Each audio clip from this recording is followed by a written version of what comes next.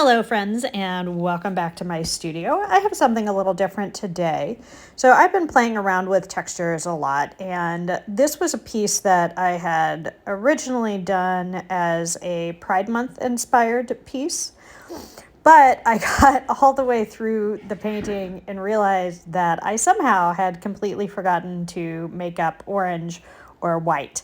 So this was supposed to be a progress flag inspired color scheme, but didn't quite hit the mark. That being said, though, I really do like how this piece turned out, so I thought I would still share it with you guys. So the texture I'm using here is actually very simple. It is gel gloss medium, and any brand will work. They're all pretty much the same. I mixed that with some paint and some craft sand. So nothing real complicated here. You just want it to be a nice thick enough texture that it holds its form.